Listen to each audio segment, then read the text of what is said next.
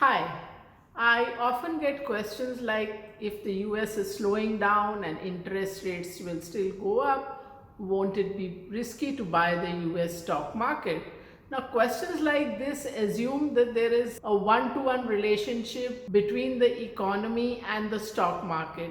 That does not hold all the time, and that does not necessarily hold in the same time frame. So if you look at the US markets, the S&P 500 has been down every single quarter for 3 quarters in a row, which has happened only 4 times in the last 50 years.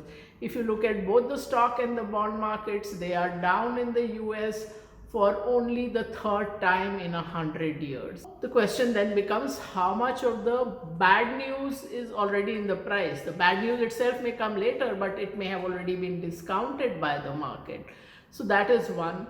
The other thing, oftentimes the market has its own logic. If you looked at the COVID crash in the fourth week of March 2020, we said it's time to get back into the markets. At that time, if somebody had told you that 6-7 million people will die of COVID, that the hotel and airline business would go to zero for more than a year, you would have said there's no way the markets can go up, but they did, both in India and elsewhere. If you look at India itself, there have been other forces which have changed the outlook for the listed space versus the whole economy. So there has been a move towards more organized sector, which means better sales and profit prospects for listed companies compared to the economy as a whole. So things like these have to be taken into account. There is no one-to-one relationship between the economy and the stock market in the same time frame. There are many adjustments you have to look at.